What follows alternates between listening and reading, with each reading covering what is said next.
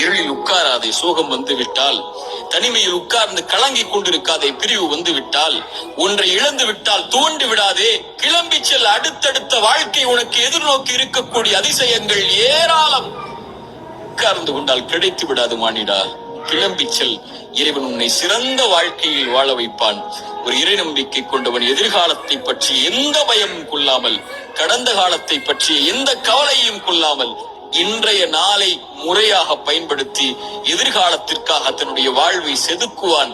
என்ன நடந்தாலும் எது ஆனாலும் என் இறைவனின் நாட்டத்தின்படிதான் நடக்கும் என்ற நம்பிக்கையில், அது இறைவன் நாடியதை நான் பெறும் வரை எனக்கு மரணம் வராது என்ற நம்பிக்கையில், அவனுக்கு இறைவன் அமைத்த நேர்த்தியான நேர்மையான அந்த விதியின் மீது நம்பிக்கை கொண்டு, அப்படிப்பட்ட இறை நம்பிக்கையாளர்களாக நாம் மாறினால் நம்முடைய எதிர்காலத்தை பற்றிய கவலைகள் நம்மை விட்டு மறையும். இறைவன் அந்த பாக்கியத்தை எனக்கும் உங்களுக்கும் தரட்டும்.